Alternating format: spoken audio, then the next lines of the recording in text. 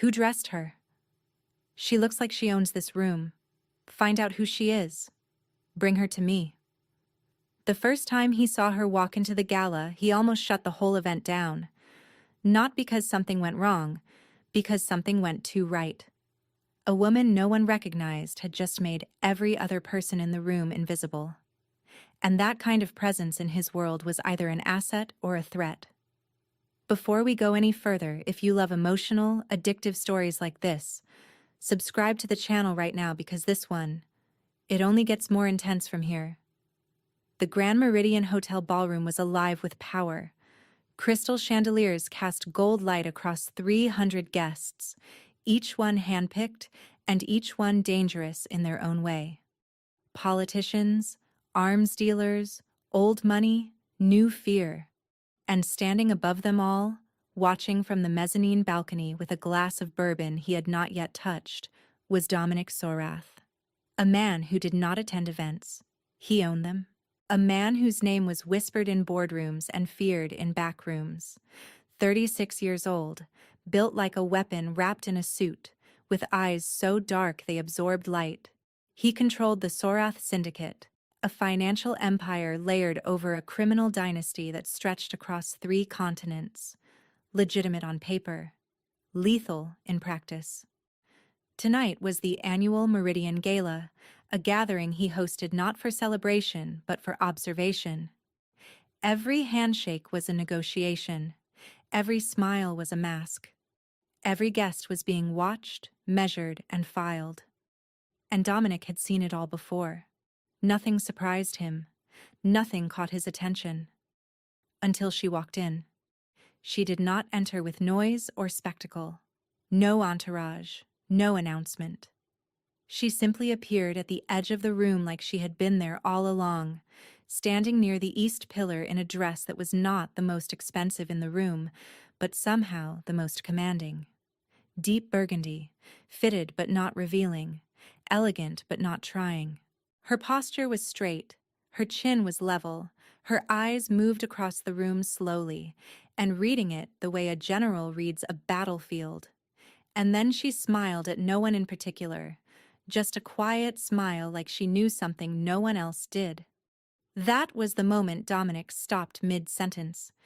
His chief advisor, Reza, was mid-briefing on a shipment delay out of Rotterdam, and Dominic simply stopped listening. "Who is that?" Reza followed his gaze. "Which one, sir?" "Burgundy dress." "East pillar?" Reza squinted, then frowned. "I do not recognize her. She is not on the guest list." Dominic's jaw tightened slightly. "Everyone in this room is on a list. Find out which one she belongs on." But what unsettled him was not her beauty. Beautiful women filled this room like furniture. It was something else. Something in the way she occupied space without apology. Like she belonged here. No, like she belonged above here. And that made her dangerous, because in Dominic Sorath's world, the most dangerous people were not the ones who craved power. They were the ones who did not seem to need it. He watched her move through the crowd. She spoke to no one. No one spoke to her. And yet, she was the only person in the room worth watching. And then she looked up, directly at the mezzanine, directly at him. Their eyes met for exactly 2 seconds. She did not flinch. She did not smile. She did not look away first. He did. And that had never happened before. Reza returned, slightly out of breath. "Sir, I found her." Dominic did not turn. "Who is she?"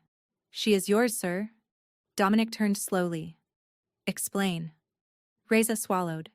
"She is your secretary. Has been for 11 months. Her name is Mireya Kadoshi. Works in your administrative office on the 32nd floor. Filing, scheduling, correspondence. She was added to the guest list last minute as part of the staff inclusion initiative." Silence. Complete silence. Because Dominic Sorath had just been captivated by a woman who had worked 30 feet from his office for nearly a year, and he had never once noticed her. And something about that fact did not sit right with him. Because people did not become invisible by accident. Some people were invisible on purpose, and those were the ones you needed to worry about. He looked back down at the ballroom floor. She was gone, vanished into the crowd like smoke. "Find her," he said quietly. "And Reza, do not let her leave this building." Because something told him that Mireya Kadoshi was not just a secretary, and by the end of this night, he would be right. But what he discovered would change everything. Mireya was halfway to the service exit when a hand caught her elbow. Firm, but not rough. Professional. "Miss Kadoshi." She turned. A man in a dark suit, earpiece, stone face. "You are being requested." Her stomach knotted. "By whom?" The man did not answer. He simply gestured toward the elevator. "This way, please." It was not a request. She knew that immediately. She thought about refusing. For exactly 1 second. Then survival kicked in because Mireya Kadoshi had spent her entire adult life understanding one rule. When powerful people call, you answer. What you do after you arrive, that is where the real choices begin. The elevator climbed in silence. Her reflection stared back at her from the polished doors. The burgundy dress had been a mistake. She had bought it 3 years ago at a second-hand shop in the garment district. $12. She had never worn it. But when the staff inclusion memo arrived, something in her whispered tonight. Wear it tonight. She should have worn black. She should have blended in. She should have been invisible. Like always. The doors opened onto the private mezzanine level. The air was different up here. Cooler. Quieter. Heavier. Like walking into a room where decisions were made about people who would never know they were being discussed. And there he was. Dominic Sorath was standing with his back to her, looking down through the glass partition at the ballroom below. She had seen him before, of course. Everyone in the building had, but always from a distance. Always through glass or across lobbies or on screens during company addresses. Never like this. Never close. Never alone. He did not turn when she entered. That was deliberate. Everything about this man was deliberate. "You have worked for me for 11 months. Her breath steadied. "Yes, sir. And in those 11 months, I have never seen your name on a single report, a single complaint, and a single request." She said nothing because she did not know if that was praise or suspicion. He turned slowly. His eyes were darker in person. Not brown, not black. Something in between. Something that looked like it had seen too much and decided to stop reacting. "Why is that?" She swallowed. "I do my job, sir. That is all." A pause, long enough to feel like a test. "People who do their jobs do not look like you look tonight." He stepped closer. 1 step. Controlled. Calculated. Every person in that ballroom tonight was performing. His voice dropped slightly. "You were not." She met his gaze, held it, and immediately regretted it because his eyes did something she did not expect. They studied her. Not her body, not her face. Her. Like he was trying to read the parts of her she had spent years hiding. "That dress is not new." "No, sir. But you wore it tonight specifically." Her shoulders stiffened. "I did not think anyone would notice." A faint movement at the corner of his mouth. Not a smile. Not quite. "I notice everything, Miss Kadoshi. That is why it concerns me that I did not notice you." The air between them shifted. This man was not flirting. He was not impressed. He was unsettled. And she understood instinctively that unsettling Dominic Sorath was not a safe thing to do. "I should go back downstairs." No. The word landed like a door closing. He walked toward a desk, pulled a chair out slightly, not for himself. "Sit down." He looked at her over his shoulder, and in that single glance she understood. She was not leaving this room until he decided she could. So she sat. And what happened in that room over the next hour would change both of their lives, but neither of them knew it yet. The conversation lasted 47 minutes. He asked her questions, not the ones she expected. Not about her work, not about her qualifications. He asked her about the gala. What did you observe tonight? She hesitated. About what? About anything. She studied him for a moment, trying to decide if this was a trap. Then she decided she did not care. Your head of security is drinking. Not a lot, but enough. His hand has been unsteady since the second course.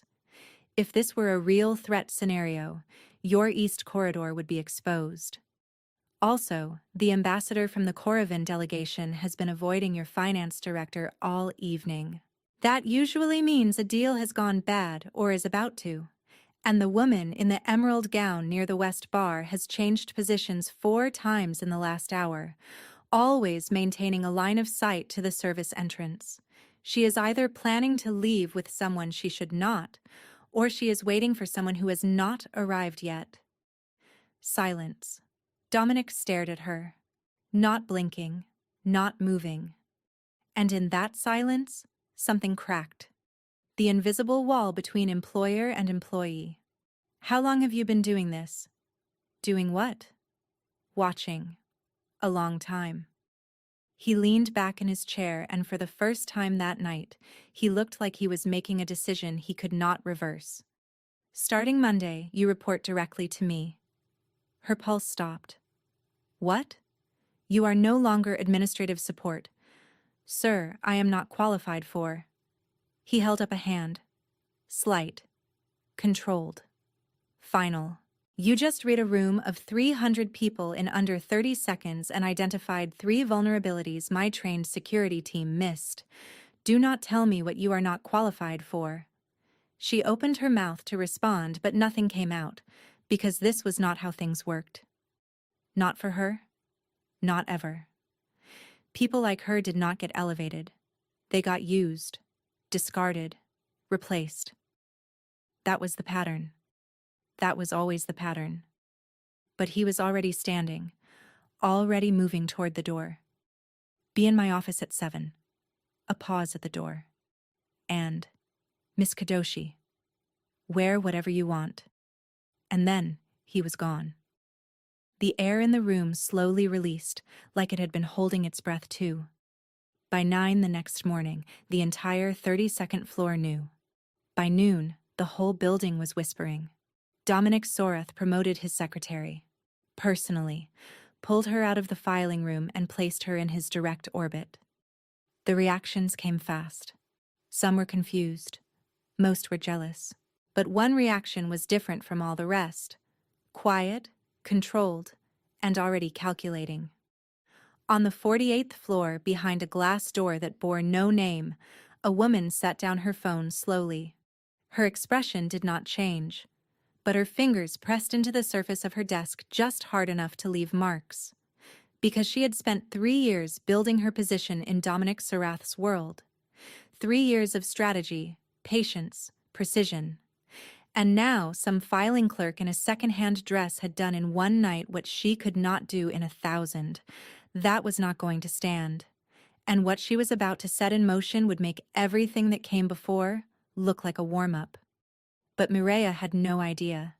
Not yet. Why her? Why now? And why did something about his words not feel like a promotion, but like the beginning of something she could not undo? She was right to wonder. Because it was. Her first morning in the new role felt like stepping onto a stage where everyone already knew the script except her. The executive floor was nothing like the 32nd. Up here, it smelled like nothing. Perfectly controlled climate, perfectly controlled silence, perfectly controlled everything. Mireya arrived at 6:53, 7 minutes early. A thin folder sat on the desk with a note. Your schedule. Review before he arrives. She opened it. The schedule was dense. Meetings, calls, briefings, names she did not recognize, attached to organizations she had only heard whispered about in the lower floors. This was not administrative work. This was the nerve center of something vast and deeply controlled. You must be the new one. A woman stood at the end of the hallway. Tall, precise, immaculate. Black dress, tailored to the millimeter. Hair pulled back in a way that looked effortless but probably took 45 minutes. Her face was beautiful in the way architecture was beautiful. Designed. Intentional. Cold. I am Vanessa Kurgan. The name landed before the introduction finished. Mireya had seen it in the folder. Chief Liaison to the Sorath Syndicate's external partnerships. Daughter of Gregor Kurgan, one of Dominic's most critical political allies. And according to every piece of gossip in the building, the woman Dominic was expected to marry. Expected, not chosen. Mireya noted the difference immediately. Vanessa smiled. Thin, practiced, surgical. I know who you are. Everyone does now.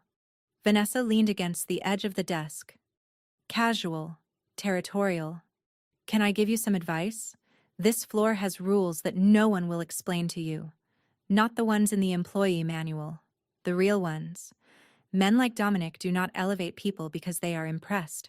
They elevate them because they are useful. And when the usefulness ends, so does the elevation. Mireya's expression did not change. I appreciate the advice. Vanessa turned to leave, then stopped. I have been in this building for 3 years. I know every hallway, every alliance, every secret behind every door. You have been here one night. A beat of silence. Do not confuse his curiosity with your value. And then she walked away. Heels clicking. Every step a message. Mireya sat there, perfectly still. Her hands were steady. But underneath, something was trembling. Because she had met women like Vanessa before. Women who smiled while they sharpened the blade. Women who gave advice that was really a warning, and warnings that were really threats. The question was not whether Vanessa was dangerous. The question was how far she was willing to go. But what scared her more than Vanessa was something else. A quieter fear. What if she was right? What if the moment Dominic's curiosity faded, she would be back on the 32nd floor, invisible, forgotten, disposable. Again. That thought was still there when, later that afternoon, Dominic looked at her across his desk and said something she was not prepared for. You are holding back. She blinked. Excuse me? In the briefing this morning, you saw something. But you did not say it. He was right. She had noticed a discrepancy in the logistics report from the Balkan corridor. A number that did not match. A pattern that felt deliberately hidden. But she had stayed quiet because it was her first day. Say it now. She hesitated, then decided that hesitation was more dangerous than honesty. Your Balkan corridor numbers have been adjusted. Not by much. 2 to 3%, spread across 7 months. Whoever did it was careful. But the pattern is there. Silence. Dominic studied her.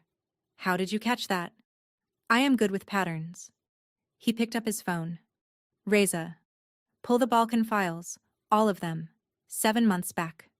Now. He hung up and looked at her again. Something in his expression had changed, not softened, sharpened. Like she had just become more real to him. Do not hold back again. It was not a compliment, it was a command. And somehow that felt more honest than anything Vanessa had said all morning.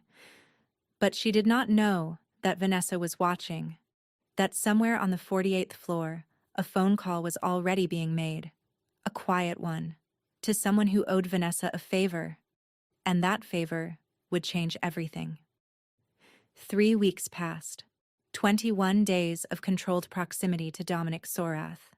She learned his rhythms, black coffee, no sugar, brought by Reza exactly 4 minutes after arrival. She learned his silences. The short one meant processing. The medium one meant deciding. The long one meant someone was about to have a very bad day. And she learned his tells. The way his left hand flattened against the desk when he was controlling his temper. The way his eyes shifted from focused to distant when something personal crossed his mind, which was rare, but she caught it twice. She never mentioned it. Noticing Dominic Sorath's vulnerabilities was acceptable. Acknowledging them was not. The real test came on the 22nd day. An unscheduled meeting. No name, no agenda, just a room number on the 44th floor. The room was small. No windows. One table, 6 chairs. 4 men she had never seen before, sitting in absolute silence. When Dominic entered, the atmosphere changed instantly.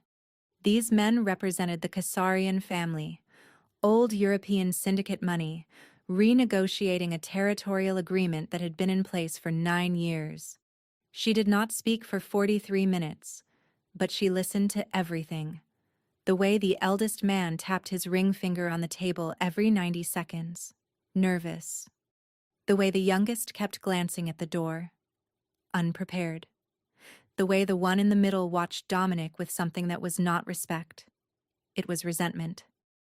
And then Dominic turned to her and said one word. Thoughts? Every head swiveled toward her. The eldest blinked. The resentful one leaned back and smiled slightly, amused, dismissive. She understood what this was. An arena. He was throwing her in to see if she could survive. She could. Your territorial proposal reduces your coastal exposure by 12%, but it increases your dependency on Sorath logistics for inland distribution. In 3 years, you will be paying more for access than you currently spend on independent routes. You are not renegotiating for better terms. You are renegotiating because your current structure is failing, and you need Mr. Sorath to absorb the cost of fixing it without admitting that publicly. Silence. Absolute silence. The eldest man's ring-tapping stopped. The resentful one stopped smiling. The eldest man cleared his throat. Who is this woman? Dominic's voice was calm. Someone you should take seriously. The meeting ended 14 minutes later. The Kasarian family left without the terms they came for. Dominic stood near the door, back to her. You were not nervous. I was terrified. A pause. Then something she did not expect. A sound. Low, brief, barely there. He laughed. Not a full laugh. A ghost of one. But it was real, and she knew instinctively that Dominic Sorath did not laugh. Not like that. Not genuinely. Good. Terrified people think faster. And then he left. But as she sat there alone, a weight pressed down on her. She had just made herself indispensable to the most dangerous man she had ever met. And indispensable in his world did not mean safe. It meant the opposite. Because the more valuable she became to him, the bigger the target on her back grew. That evening, she stood at the window of the executive floor long after everyone else had gone. The city stretched beneath her, endless and indifferent. And she thought about a question nobody had ever asked her. Not Dominic, not Vanessa, not anyone. What do you want? Not what are you good at? Not what can you do for me? What do you want? And the truth, the one she could not say out loud, was that she had no answer. She had spent so long surviving that she had never learned the difference between living and just not dying. And standing in that building, surrounded by power she did not own and danger she did not choose, she realized something that frightened her more than any boardroom. She was starting to feel like she belonged. And belonging, for someone like her, had always been the prelude to loss. She just did not know who was already aiming, but she was about to find out. Because the very next morning something would happen that would change everything between her and Dominic Sorath, in a way neither of them could take back. The Sorath Foundation charity auction, 400 guests, black tie, held in the grand atrium of Sorath Tower, 40 floors above the city, glass walls on every side. Mireia was not supposed to attend. Her role was logistics, behind the scenes, where she belonged. Then at 4:30, a garment bag appeared on her desk.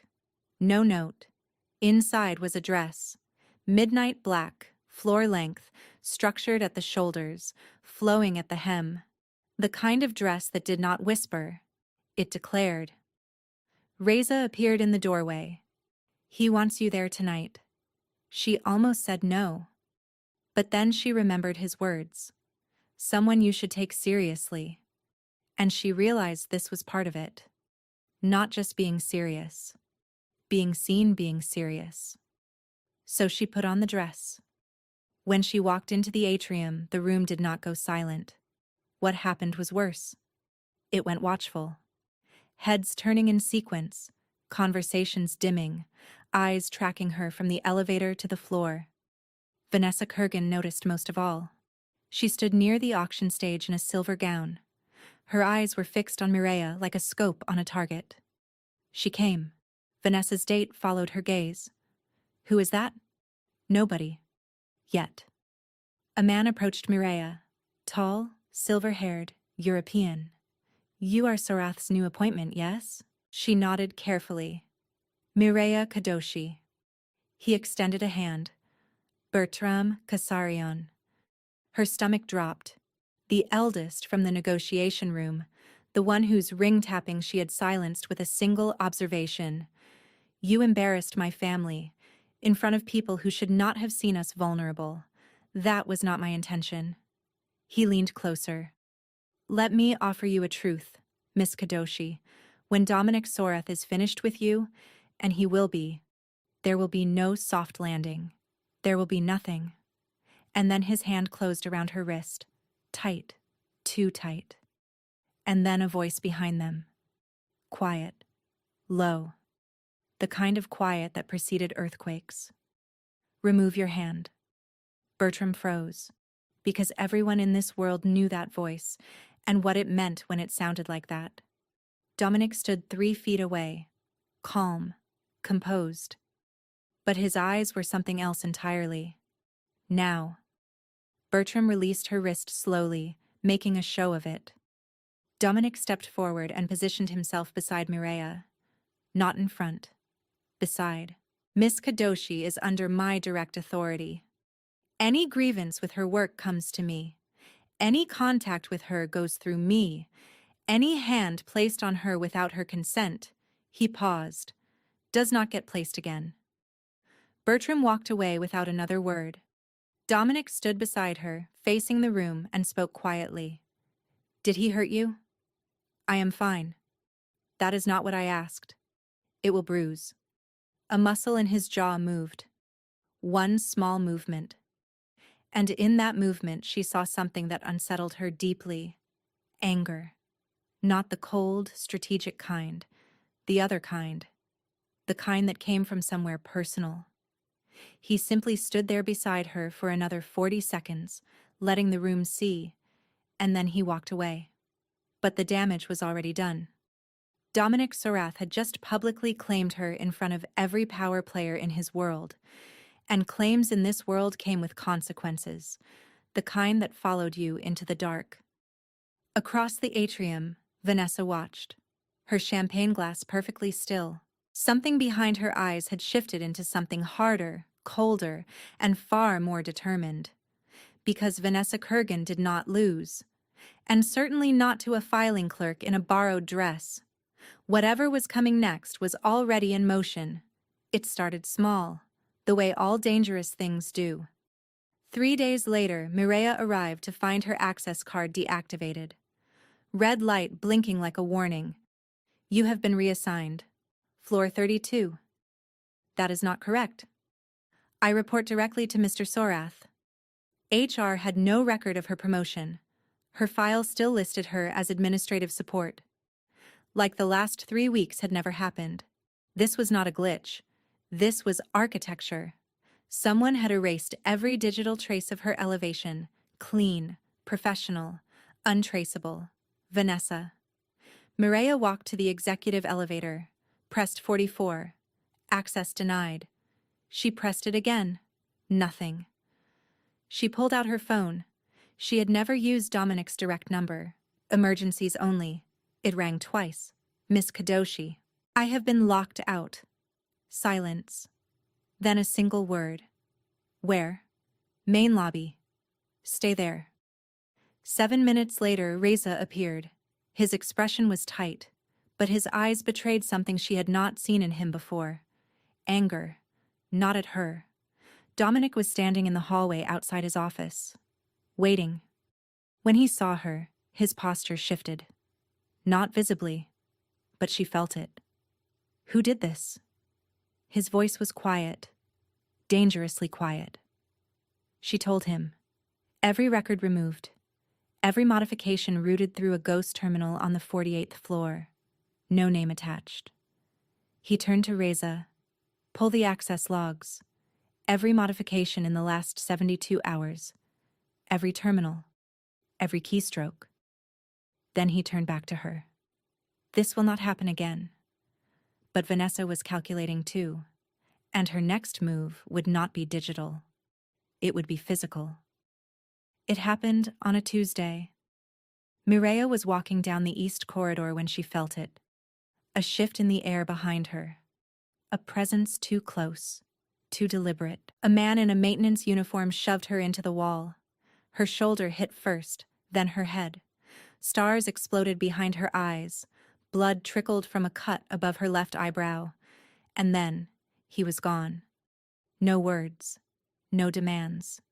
Just impact and absence. She did not scream. She sat on the cold floor and breathed. Because Mireia Kadoshi had been hit before.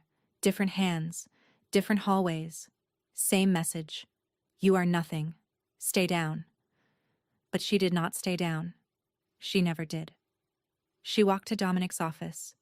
When she opened the door, his eyes moved to the cut on her forehead, to the blood on her sleeve. For 3 seconds, nobody spoke. Then Dominic stood. Slowly. Something underneath his movements was vibrating at a frequency she had never felt from him before. Who? One word. Not a question. A demand. He walked around the desk, opened a drawer, pulled out a first aid kit, knelt in front of her. Her breath caught because this was not what men like Dominic Sorath did. They gave orders. They controlled from a distance. They did not kneel. May I? She nodded, unable to speak. He cleaned the cut carefully, hands steady, precise, gentle in a way she did not know they could be. He did not speak while he worked. He did not need to. The act itself said everything that words in his world were too dangerous to carry. And in that silence, something broke inside her. Not painfully, gently, like ice melting. Because no one had ever done this for her. Not in foster homes where injuries were inventoried. Not in schools where bruises were noted and filed. Not in any of the small, forgettable jobs where she had been small and forgettable too. No one had ever knelt in front of her and treated a wound like it mattered. Like she mattered. When he finished, he looked at her with something she had never seen in his eyes. Not anger, not calculation. Something unguarded. Something he did not want her to see. This ends now. It was a warning. Nothing more. No, it was a message. And the message was for me. Someone just told me they can reach you whenever they want. That they can hurt you whenever they want. He stepped closer. That I cannot protect what matters to me. Her heart seized on that phrase. What matters to me? She opened her mouth to respond, but he was already on the phone. Orders in a voice she had never heard. Not cold, barely contained. Then Reza burst through the door. We have a problem. Bigger than the maintenance man. Gregor Kurgan is pulling the Eastern European Alliance. His condition for keeping it is that Mireia Kadoshi is removed from your organization. Permanently. The cost of refusing. Billions. Alliances. Territory. The cost of complying. One person. Mireia stood. I will go. No. Sir, the Kurgan Alliance represents 31% of our. I said no. Tell Gregor Kurgan that his alliance can walk. But she stays. Reza stared. Mireia stared. Because this was something Dominic Sarath was never supposed to do. Choose a person over power. And he had just done it. In front of witnesses. With full knowledge of what it would cost. Mireia wanted to speak. Wanted to tell him he was making a mistake. That she was not worth 31% of an empire. That no one had ever thrown away that much for her, and she had no idea how to hold something that heavy without dropping it. But she said nothing, because the look in his eyes told her this was not a decision. It was a line, and he had already crossed it. Which meant the next attack would not be a shove in a hallway. It would be something much worse, and it was coming faster than either of them knew. The fallout hit within 48 hours, contracts frozen, shipping routes rerouted, a senior accountant defected, and a plain white envelope arrived at the front desk. Inside, a single photograph. Mireia walking to the building. A red circle drawn around her face. On the back, 2 words. Nice choice. Dominic looked at it for a long time. This is not Kurgan. Kurgan makes threats through lawyers. This is a hunter. He walked to the window, stood in silence, and when he finally spoke, his voice had changed. Older, like he was reaching into a part of his history he had deliberately sealed shut. Serrano. Reza stiffened. Victor Serrano. A name that existed between rumor and nightmare. Former Sorath ally. Former friend. Before a betrayal 6 years ago severed everything between them. Serrano did not attack infrastructure. He did not target finances or supply chains. He targeted people. Specifically, the people who mattered most. He found the one thing you could not replace, and he took it. Not to ransom it. Not to use it. To prove he could. To prove that no wall was thick enough, and no empire was strong enough to protect what made you human. And now, he had found Mireia. In a basement room with no windows and no record of existing, Dominic placed the photograph before his inner circle. Serrano is back. The oldest man, a gray-haired veteran named Tomasz, leaned forward. Then give her up. Dominic looked at him. Slowly. The temperature dropped 10 degrees. Say that again. Tomasz looked away. She is not negotiable. She is not leverage. She is not a piece on anyone's board, and anyone who suggests otherwise is welcome to leave this circle permanently. Mireia was not told about the photograph. She was told her security detail was being increased for precautionary reasons, but she noticed the changes. The way Dominic looked at her now. Not with curiosity. With something tighter. Something that looked like a man calculating how much time he had left. She confronted him on the 3rd day. What are you not telling me? They were in his office, late evening, the city glittering 40 floors below them like a map of small fires. Nothing you need to worry about. That is not an answer. He looked at her. It is the only one I have right now. She stepped closer. If I am in danger, I deserve to know. Silence. Long. Heavy. You are in danger, he said finally, and I am handling it. That is not good enough. Her voice did not waver. I am tired of being the thing in the room that everyone is managing and no one is talking to. His composure cracked. Just for a second. Because she was right, and he knew it. Mireia. Something about the way he said her first name made her stop. There are people in this world who do not fight over territory or money. They fight over symbols. And right now, to the man who is watching, you are the most meaningful thing in my world. Her breath left her body. He did not say asset. He did not say employee. He said meaningful, and everything between them shifted past the point of return. But Victor Serrano, sitting in a parked car 3 blocks away, a tablet showing a live feed from Dominic's office, smiled. Perfect. He has given me exactly what I needed. Because Serrano knew something about Mireia that Dominic did not. Something that would shatter everything. And he was going to make sure Dominic found out in the worst possible way. The file arrived at 3 in the morning. Dominic opened it. For 6 pages, nothing unusual. Foster care records from age 7. Employment history, spotty, disjointed. Page 7 changed everything. The name Kadoshi was not real, assigned at age 7 by a child protection agency. No birth certificate, no hospital records. The agency file sealed under a federal protection order. Page 9. A cross-reference to an international intelligence database. A flagged entry from 19 years ago. A family. Wealthy. Connected.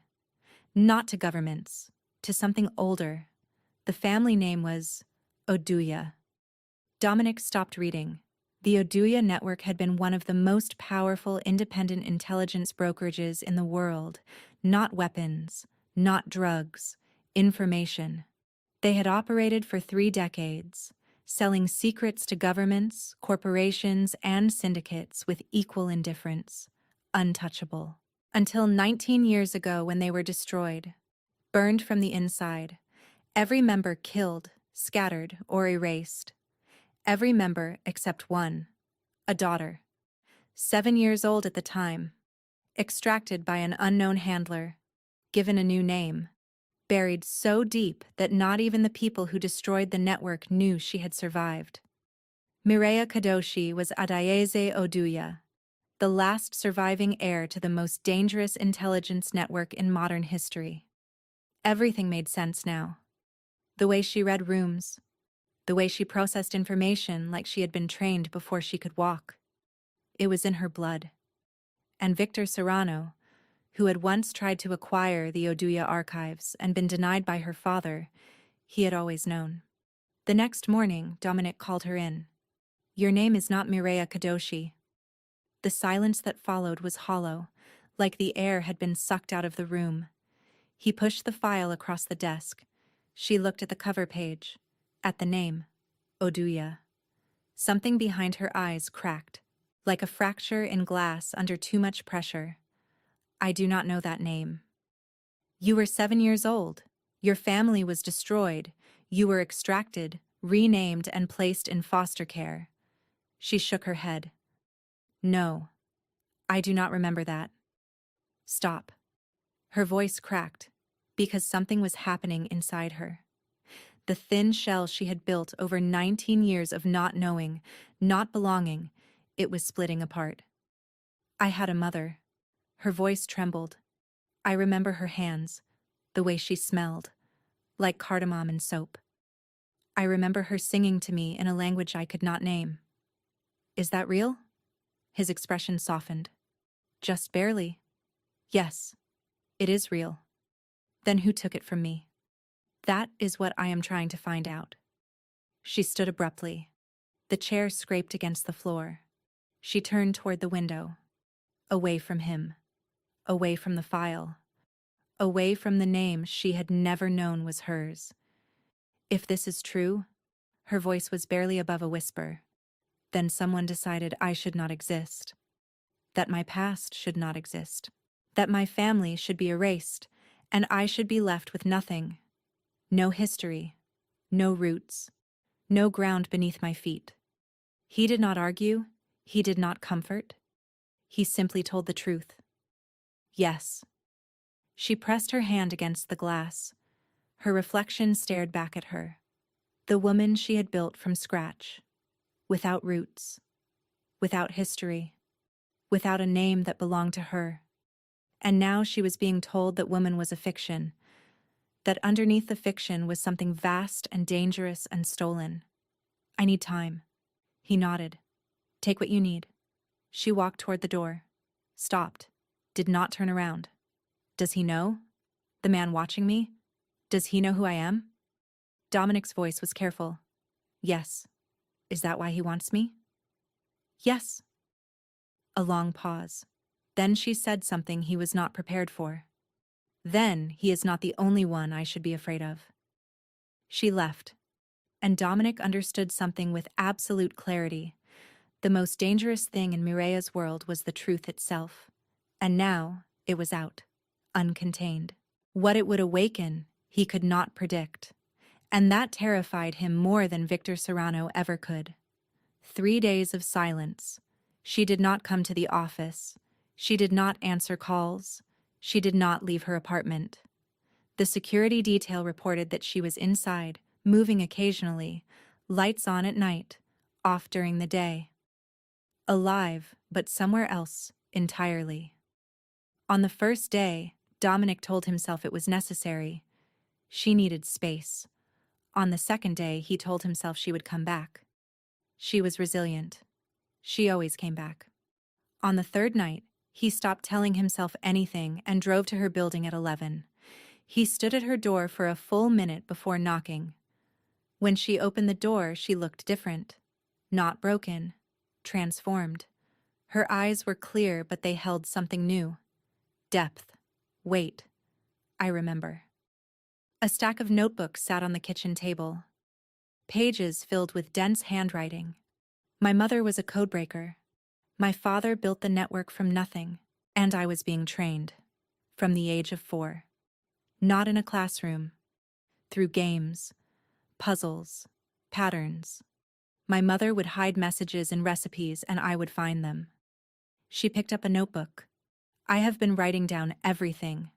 Trade routes, contact protocols, and something my father told me the night before everything ended. He said there was a vault, digital, a repository of everything the Oduya network ever collected, 30 years of intelligence. He looked at me and said, "You are the key, Adaizi. When you are old enough, you will understand." Her voice caught. I was 7. I did not understand. I forgot everything. Until now.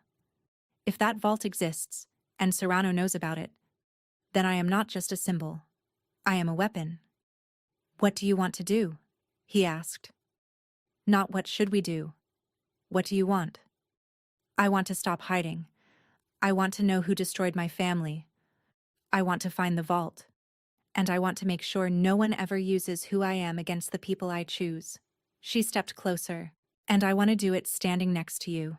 Not behind you. This was not the woman he had met at the gala. This was Adaize Oduya, and she had finally woken up. 2 nights later. Sarath Tower. The security feeds went dark at 10:47. Every camera, every sensor, every alarm. Reza's phone lit up. We are blind. They moved through darkened corridors together. Emergency lighting cast everything in red. Footsteps behind them. Multiple.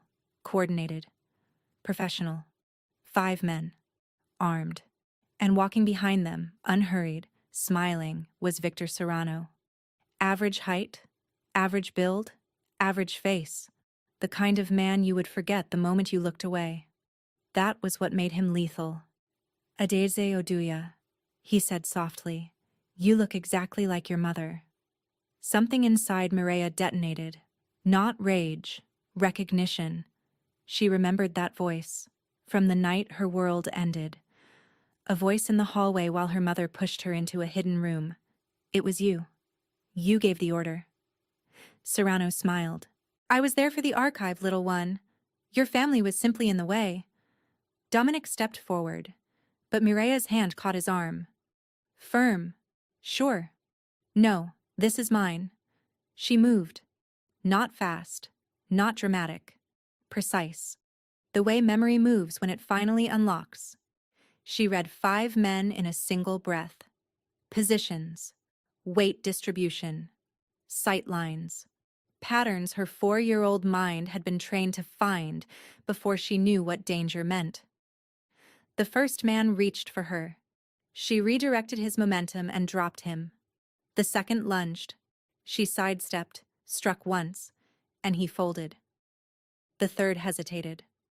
She disarmed him before he could decide. Serrano was no longer smiling. Dominic watched. And for the first time, he did not see someone he needed to protect. He saw someone who had been forged in fire and buried in silence, and was finally standing in the full light of who she was. "Interesting," Serrano said. "But this is not over." "No, it is not. But the next time you come for me, you should bring more men." Serrano stared at her, then turned and walked into the darkness. Mireia stood in the red light, hand still, pulse even. Something locked away for 19 years was finally, irreversibly awake. Dominic stood next to her, shoulder to shoulder, equal. She looked at him, and in her eyes, he saw it. Not the secretary, not the orphan, not the ghost, the heir. And he understood with absolute certainty that the woman standing next to him was not the one he had found at a gala in a second-hand dress. She was something older, something fiercer, and something that had been waiting inside her for 19 years to remember how to breathe. And nothing in his world, nothing in anyone's world, was going to be the same. The city was quiet at 4 in the morning, quiet in the way only cities can be, not empty, just paused. Mireia stood on the roof of Sorath Tower. The wind pulled at her hair. She was looking at the skyline but seeing something else. A kitchen, small, warm, yellow light. Her mother's hands moving through spices, cardamom, coriander, turmeric. A melody hummed in Igbo. A little girl sitting on the counter, memorizing not the recipe but the pattern. That girl had a name. Adaze. She said it out loud, testing the weight, foreign and familiar at the same time. Behind her, the rooftop door opened. She did not turn. She already knew who it was. Dominic stood beside her. He did not speak immediately. He never spoke until the silence had done its work. "You are leaving," he said finally. "Yes." "When?" "Soon. There are things I need to find. The vault. The truth about my family. The people who helped Serrano and the ones who helped me disappear." Another silence. He did not argue. He did not negotiate. He did not try to stop her. And somehow that made it worse, because she wanted him to. Some part of her, the part she had spent years burying alongside everything else, wanted him to fight. But he just stood there, steady, still, watching the city like it owed him something. And she realized that this was his way of fighting, standing still when every instinct told him to move, letting her choose when every part of him wanted to choose for her. "I built this," he said quietly. "All of it. From nothing. And I told myself that the building was the point. The empire. The name. The control." He paused. "I was wrong. Then what was it?" He turned to her. And in his eyes she saw something she had never seen. Not power, not control. Fear. The kind that only exists when you have found something you cannot afford to lose. You. Her throat closed, because she had spent her entire life being invisible. And now a man who controlled empires was standing on a rooftop at 4 in the morning telling her she was the point. "You barely know me. I know you. Not the file, not the name, not the network. You. I know the way you read a room before anyone else has finished looking at it. I know the way you hold your breath when you are about to say something honest. I know the way you carry silence, like it is the only thing you have ever trusted." Her eyes burned. "And I know that you are the first person who has ever made me feel like the building does not matter." A tear slid down her cheek. She let it. "I cannot stay as someone you protect. I will not be the woman behind the glass, the one you shield, the one you keep. That is not what I am asking." "Then what are you asking?" He reached for her hand. Not to stop her. To hold. Stay as my equal, as someone who chose to be here. Not because I summoned you, not because I elevated you, because you decided yourself that this is where you belong. She looked at their hands. His were strong, scarred, and steady. Hers were smaller, but no less marked. Different wreckage. Same refusal to break. "Do you remember the first night? At the gala?" He nodded. "You said you noticed everything. That it concerned you that you had not noticed me." She stepped closer, closing the last distance. You noticed me, Dominic, but I saw you first. Something in his expression cracked open. Not pain. Relief. Because she had been watching him from the 32nd floor for 11 months, reading him the way she read everyone, quietly, carefully, completely. She had seen through every wall he had ever built long before he knew her name. He let out a breath. Long, slow. I told Reza that night to find out who you were. A faint smile crossed his face, the rarest thing she had ever seen there. He told me you were mine. He was wrong, Dominic said. You were never mine. He lifted her hand. But I would like to be yours. The sky was shifting from black to gray, and on the roof of a tower built on power and control, two people stood holding hands, choosing something that had nothing to do with either. Mireia leaned into him, not collapsing, resting. The way you rest when you finally stop running. My name is Adaeze, but you can call me Mireia. She paused. She earned her place too. He pressed his lips to her temple. One moment, quiet, complete. And then they stood there together, watching the sun rise over a world that would never look the same. Because she was no longer invisible. She was no longer forgotten. She was no longer the ordinary secretary who had no past. She was the woman who chose to stay. And he was the man who learned that the most powerful thing he would ever do was not command. It was ask. If you felt every moment of this story, subscribe now for more unforgettable emotional stories like this, because the next one might change your life.